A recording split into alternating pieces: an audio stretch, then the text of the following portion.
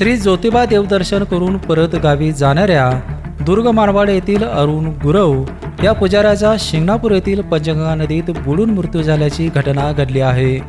अरुण हे आज सकाळी श्री ज्योतिबाचे देवदर्शन करून आपल्या दुर्ग मानवाड या गावी परतत होते।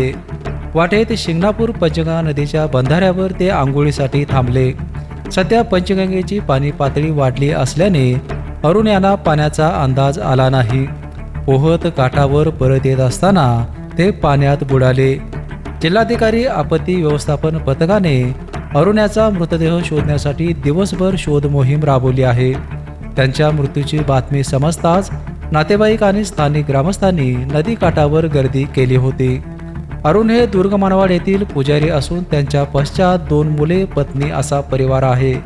महानगरपालिका आणि जिल्हाधिकारी आपत्ती व्यवस्थापन पथकाकडून मृतदेहाची शोध मोहीम सुरू आहे। पेपनसाठी कोल्हापूरहून विजय यशपुत्र।